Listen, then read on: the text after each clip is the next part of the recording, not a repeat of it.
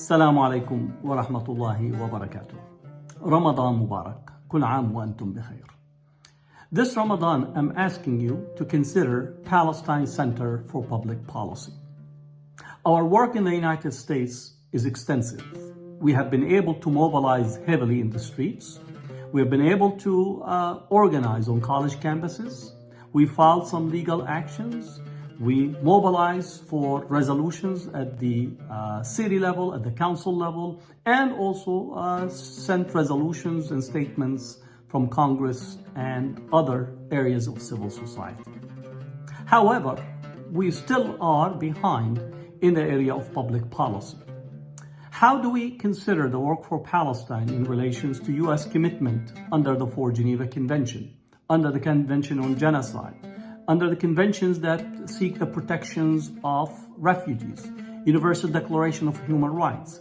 How do we actually think in relation to U.S. commitment for preservations of healthcare and supporting healthcare, or the basic continued need to support UNRWA for Palestinian refugees? There is a myriad of issues that need a public policy intervention. And I know nationally, and I know they've been organizing for Palestine for many years. We have a C3, we have C4, we have political action committees. But the gap that exists today is how to actually formulate public policy recommendations that are specific to the Palestine cause in the United States and advocate at the local, state level, and nationally. Example would be in terms of healthcare sector, education sector, law sector. But one concern for me that often comes to the forefront is that the United States grants Israel most favorable nation clause economically, which includes, as we possibly know, that many of the settlers and settlements actually produce products that enter into the United States market as if it is Israeli product. This violates a number of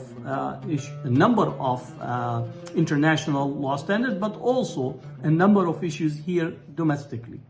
So the Palestine Center for Public Policy would actually look at the intersectionality between international law and international commitment for the United States and domestic regulations with a specific ways to actually recommend policy for our policymakers and also to support much of the work that is taking place on the ground. So I urge you, I appeal to you to actually partner and consider the Palestine Center for Public Policy as a place to send your contribution this Ramadan. I do believe that collectively we could make a difference. Your contribution will have an impact and Palestine will be free. Assalamu alaikum.